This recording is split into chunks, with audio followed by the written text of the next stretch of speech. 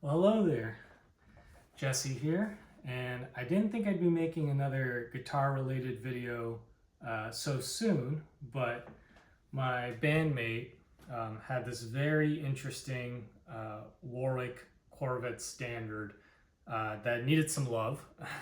Well, currently needs love, and I offered to take care of it for him, and he said yes. So it's sitting here right in front of me now. Uh, this is a German-made one, so I guess we're calling it a Warwick. Not exactly sure what they call it. Maybe they call it Warwick there as well, but in any case, it's a very, very nice bass that's frankly a little beat up. The story goes he bought it for $400 years ago, and it came with the hard case, which is an insane deal because this isn't a rock bass for anyone who's familiar with Warwick guitars. This is a real German-made Corvette. So, yeah, pretty lucky of him to get this thing. It's gonna need a few things. The neck is doing the whole half pipe dance, and the string action is too high. They are far too close to the pickups, so much so that they've actually dug and started to eat away at the pickups. I'll get a close-up of that. It's kind of crazy. And then we're going to give a lesson on how to string a bass guitar. So this guy was made in 2001. I checked the serial number, but it's pretty interesting. Like, I don't know if the camera's going to be able to see this, but on the tuners it says West Germany. So, you know, Fall Berlin Wall was 89 and Germany reunified in in 1990. So my guess is that they had a bunch of old stock tuners that they used to build this thing. It's pretty cool. It's a cool bass. It sounds awesome. It just doesn't play awesome. So this thing is made out of bobinga, the neck and the body, and the fretboard is wengi, which means it's an incredibly dense bass. This is a fairly small looking bass, right? It's not that big, but it's probably the heaviest bass I've ever picked up and played, and it doesn't help that it's a 5-string. So in any case, I'm going to bring us closer, and we're going to talk about what we're going to do here, so stay tuned. So I wanted to show this off first, so kind of zoom vision, but you can see how, and you can feel it too, the pickups are, there's little valleys where all the strings are. So either someone's playing this incredibly hard, or the pickups are too close and the pickups are just too close. Also, there's a bunch of like pitting under here. I don't know how that happens. This mark here is definitely where someone put their thumb, but how they were able to dig past the strings and get their nail or whatever under there to dig that away, I'm not sure. This thing's pretty filthy. I know it just kind of, he doesn't play it very much, so it's pretty dusty, but it's also kind of grimy. You can somewhat see we got some green goop on the frets, and the frets are really gross, but they're in good shape, which means we're not redressing frets. We just need to clean them up somewhat severely. I wanted to like take this apart and clean it now since it's so gross, I'll be real, but we got to address the frets first, and then we'll do all the cleaning. All right, well, we've already run into a bit of a problem. This is a nylon washer that goes on the tuner, and it basically helps it from slipping and gives it stability. And this just sort of disintegrated as I was detuning it, so hopefully I can find a replacement for that. The rest look fine, but yeah, this one kind of just fell apart as soon as I was detuning it. So I think I got a replacement for it, but we'll try to figure out something. Actually, before we get ahead of ourselves, let's make sure the truss rod works. Nice thing about Warwick's is they have this little cover to let you quickly get to her, although this one's broken. So it's supposed to have a little tab you can get there with your, like, it should have a tab. It should have a tab, but it don't have a tab. That's big and huge. That's what she said. I'm thinking that's a 5. It's Yemen, so it's gonna be metric. Let's see, you a 5? Oh yeah, 5. Okay. Let's see. Let's just try loosening it. Oh, yeah, loosens good. Ooh. Tightens not so good, but no, we're okay. It's in good shape. Just need the tension off of it for a moment. Yeah. So, did it do anything is a real question. Yes, it did. Actually, it's working really well. So, nice. All right. I'm going to get the neck straight. I don't have one of those fancy, you know, metal base straight edges, but this is straight enough. So, I'm going to get the neck straight, and then I will move on to cleaning up the frets. All right. Fretboard's all protected with some masking tape. And, man, I so desperately want to clean this before anything. It's just, it's so icky, sticky. But we got to take care of the frets first, and then we'll, you know, while we're cleaning, we'll get all the particles off. I'm not redressing the frets, which would involve, you know, reshaping them. They're fine. They're not all chewed up. They're a little flat, but it's nothing bad. I also got the neck straight, as straight as I can. There's a couple of frets here that I think would benefit from some redressing, but again, it's just like a couple. Whoever played this last before my bandmate bought really favored the 3rd fret and the 5th fret. So everything else kind of untouched. But yeah, you can just see how nasty these are. If you kind of compare the sheen of that little section there to like all that, bleh, and it's a little bit green here. And bleh. Anyways, we're just cleaning them. So usually when I clean frets, I only ever need one of these, which is a 2000 grit. It's basically just a sanding block. That's just in a convenient shape and color. But since these are gross, we might need to go a little bit lower. So I think I'm going to start with, let's start with 800 and see if, you know, we got to go any further than that. Sorry, this makes a gross noise. And yeah, we're going to have to step it up. This is working, but too slow. Ugh, look at that, man. Ew. Yeah. Let's go 400. Yeah, that's better. We're just going to have to go one by one and go across these frets until they are no longer doing that. Ew. Wash your hands, man. That's all I got to say. All right, I'm going to get all of this cleaned up, and then I will be back. And bleh.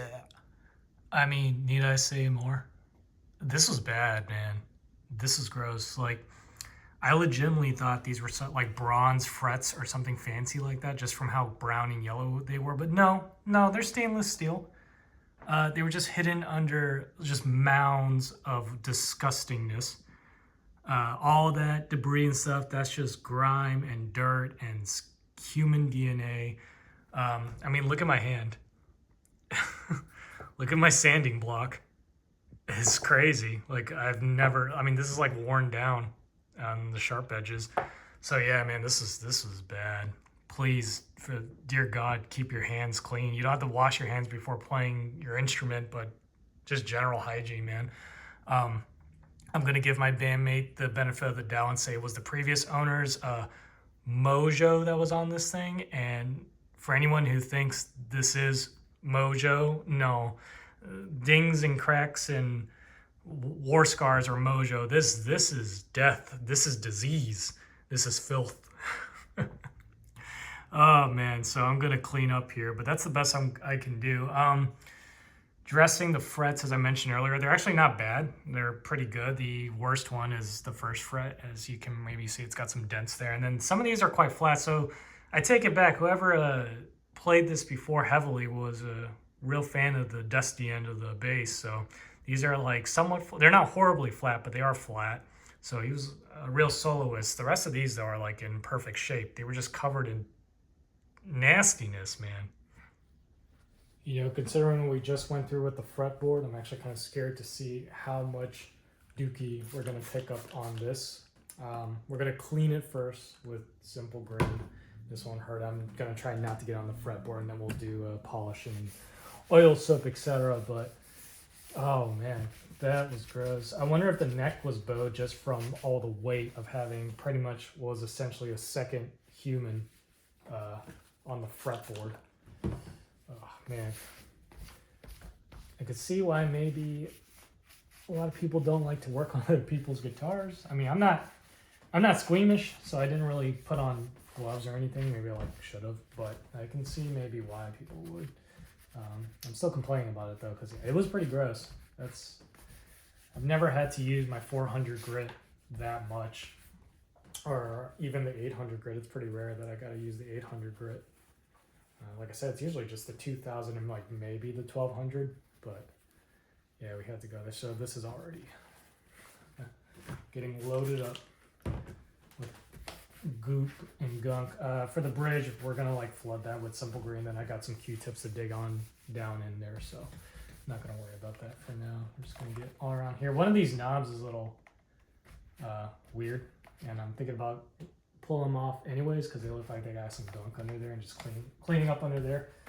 But we'll see. I'll get this all cleaned up. I'm just gonna go up and down the back of the neck and the headstock as well, and then the back of this and stuff, and then oil the fretboard again with some Murphy's oil soap because it could use the cleaning and the oiling.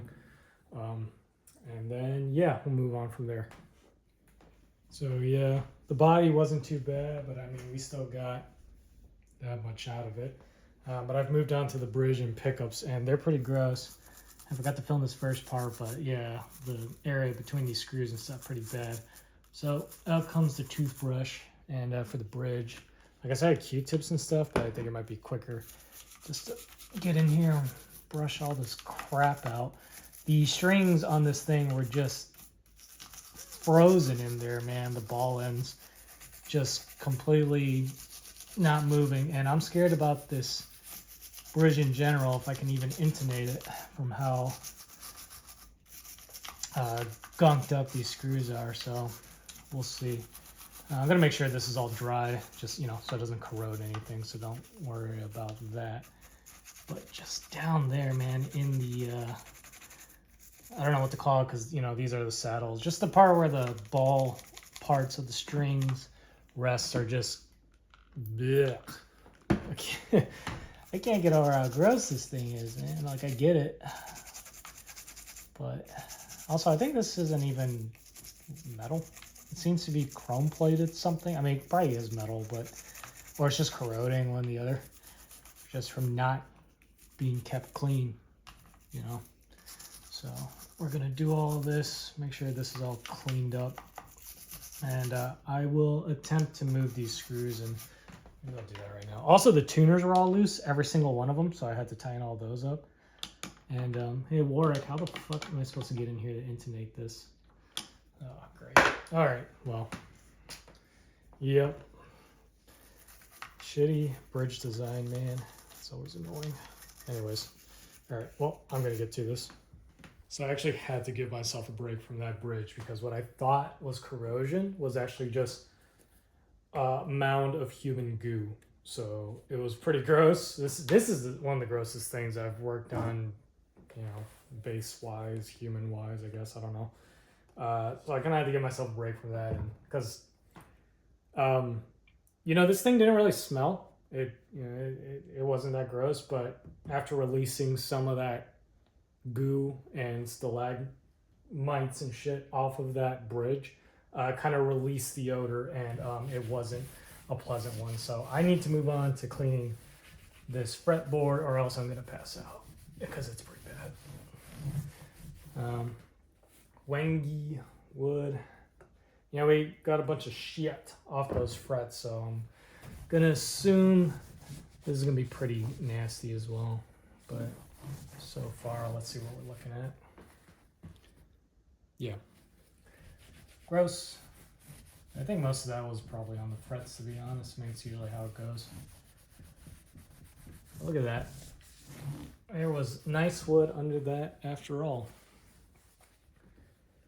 But yeah, man, this thing definitely needs love. It probably needs more than what I can provide it, I'll be honest.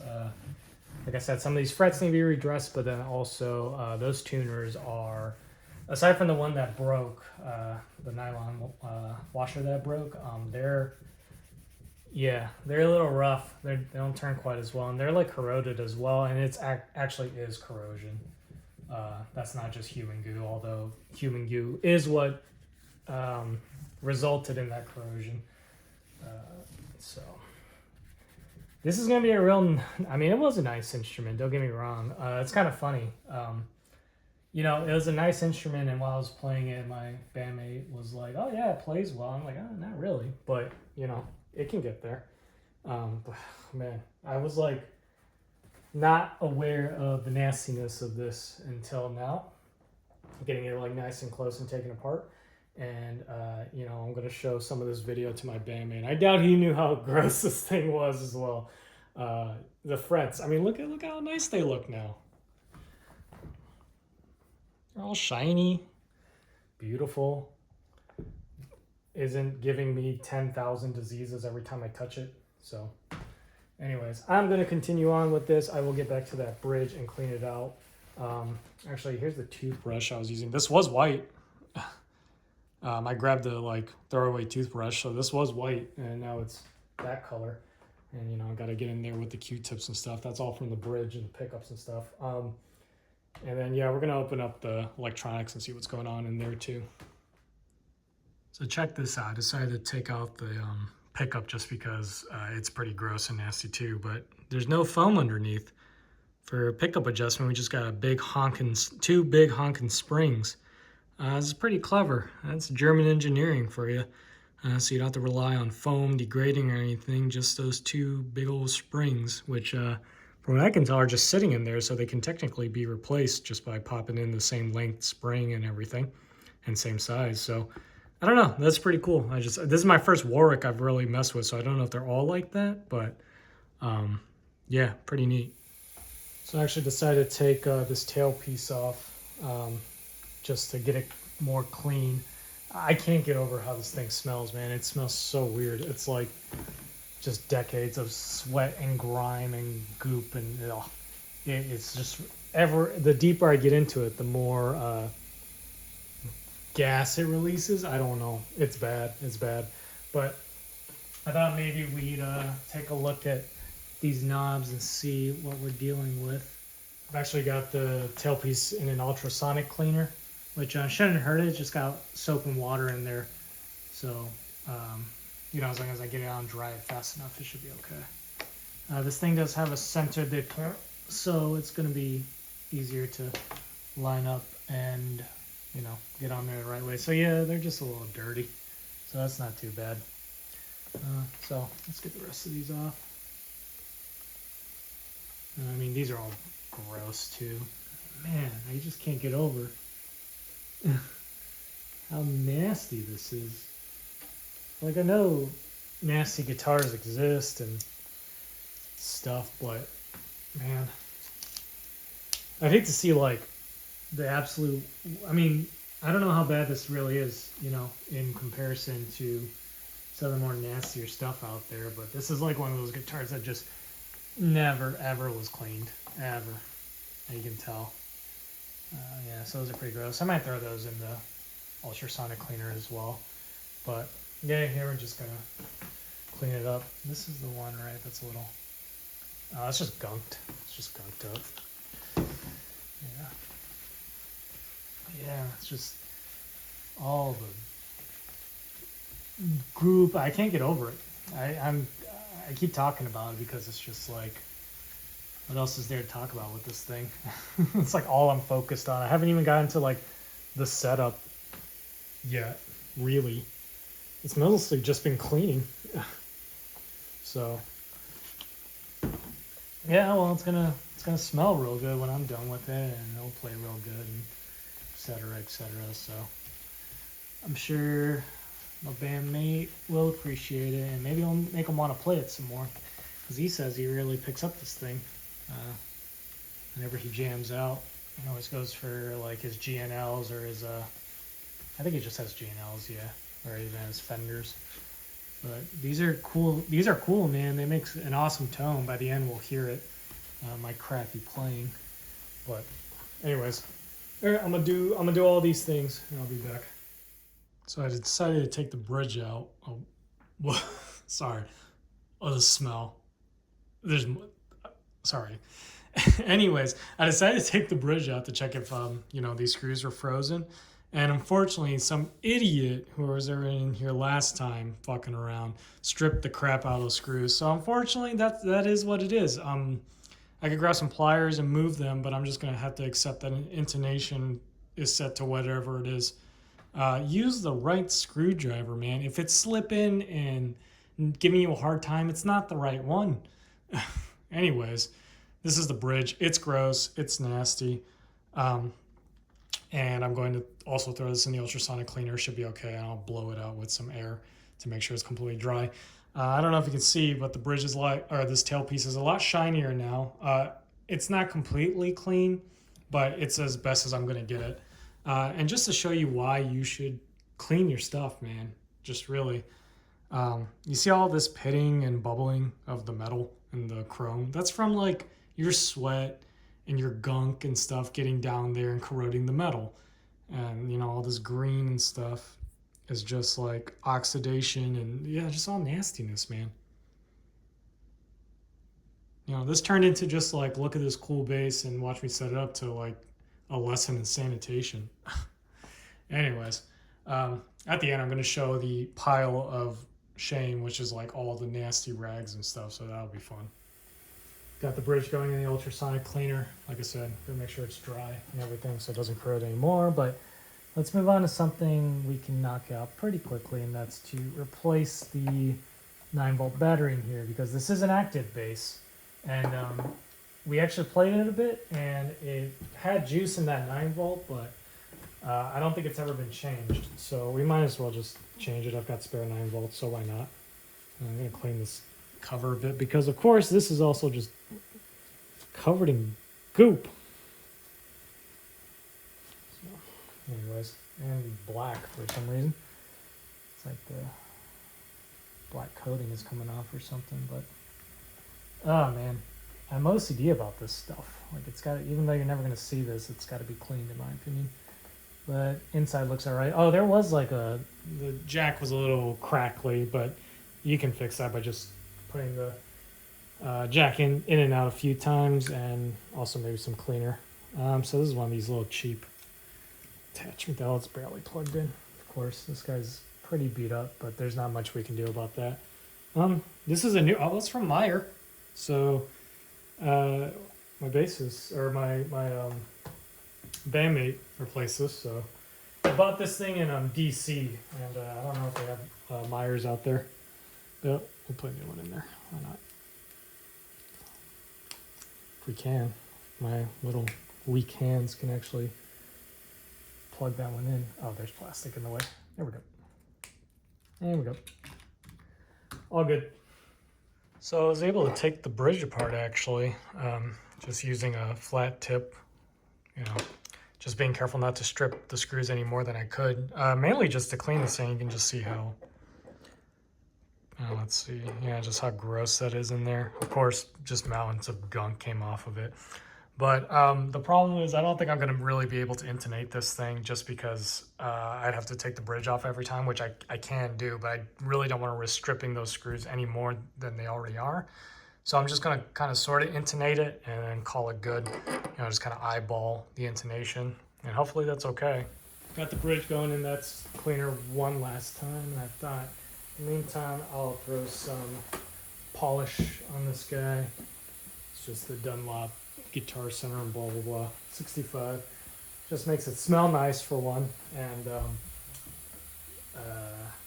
know, cleans it a little bit, makes it shine.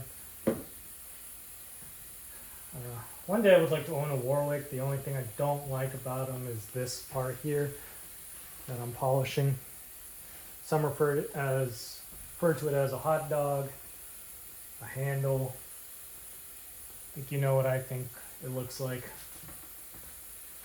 But yeah, these things sound incredible.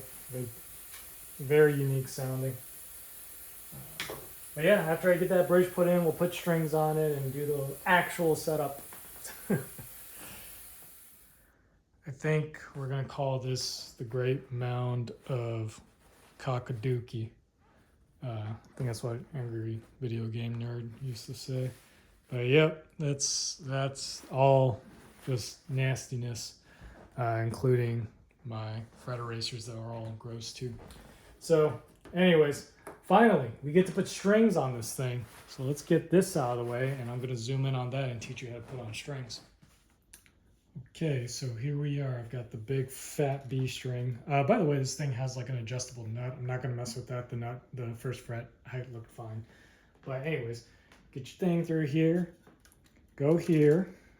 Pull as taut as you can and just measure out like 3 tuning pegs. So, you know, we want to go to here, 1, 2, and then pretend there's like a third one here, and then cut it.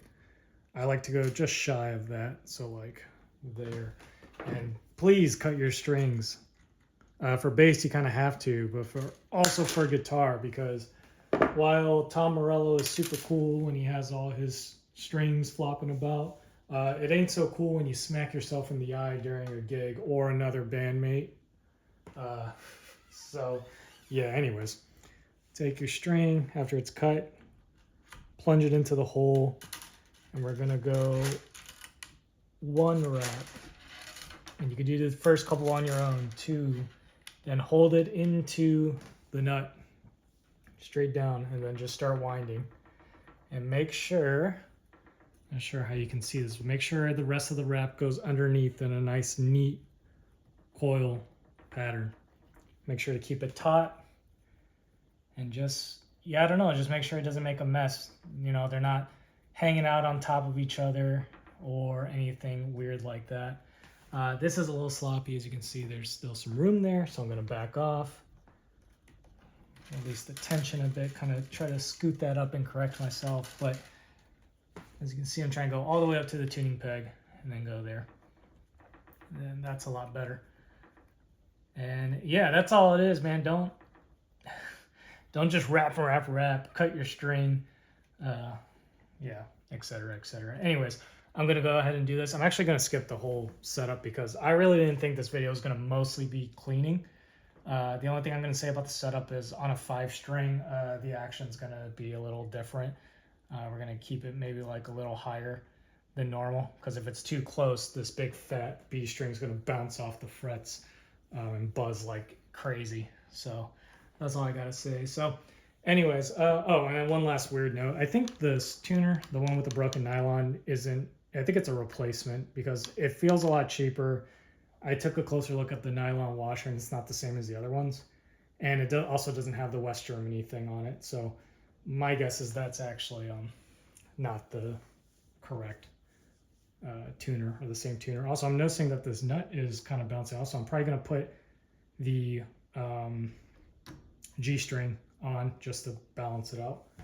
Anyways, I will see you guys soon, probably in the basement, to actually play this thing.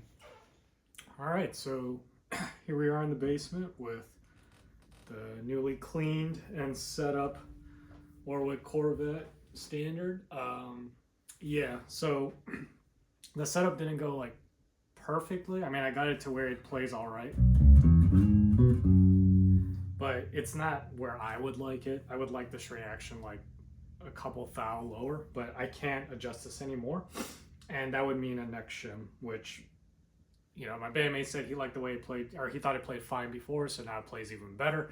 So that's just me being a stickler for this stuff. But another thing to note is that D string or replaced tuner is fucked. It's completely fucked. It's a super low quality replacement tuner. The rest of these are really nice. They turn nice and smooth, but that one is messed up. And I think even putting a new washer and stuff in there would help, but I'm just going to tell them just try to replace it with an authentic one. It's holding its tune, but it's kind of holding on for dear life. I'm afraid it's going to just implode on me at any moment. But anyways, I think this is an active bass, so I believe this is passive mode.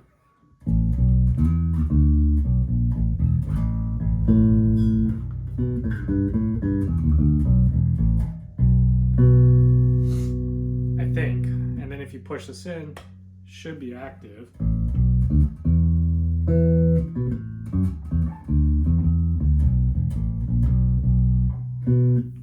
And you've got tone here, which I believe this is this bass? Let's see. No, that's treble. So the top is treble, and then this should be bass. Yeah.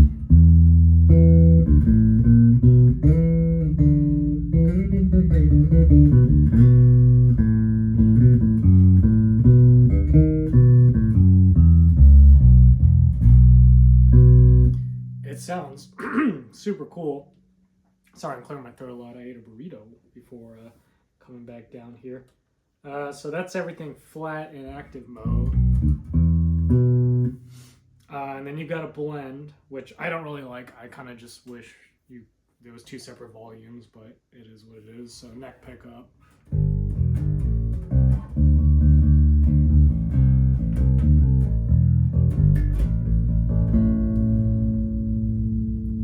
Both.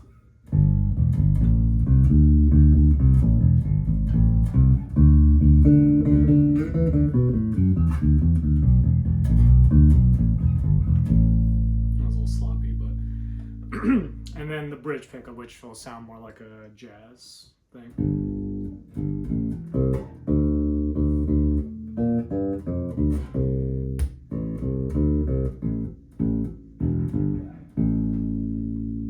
So yeah, super cool sounding bass. I mean, like, and strangely, you know, for weighing roughly 1,000,000 pounds, give or take, it balances real well, as you can see.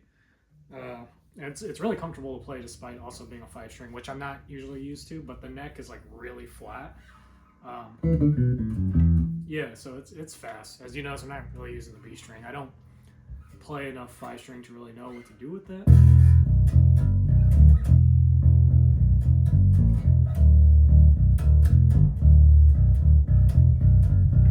Yeah.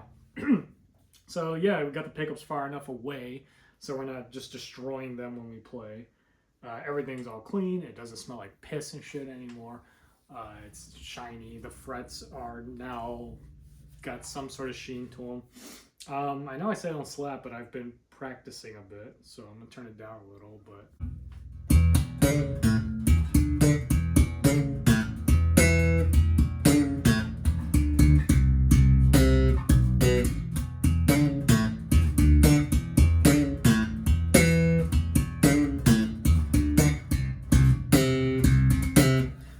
it's a really good slapper. Like,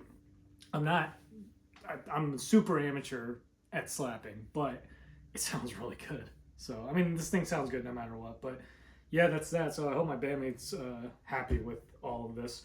Like I said, he says he doesn't play it too much, but hey, if it smelled like poo-poo and played like poo-poo, I wouldn't play very much either, but now it plays great and it looks great. So hopefully you get some more playtime, because it really should. It's a really, really nice bass. Anyways, that's it for me. Thank you for watching, and I will catch you all next time.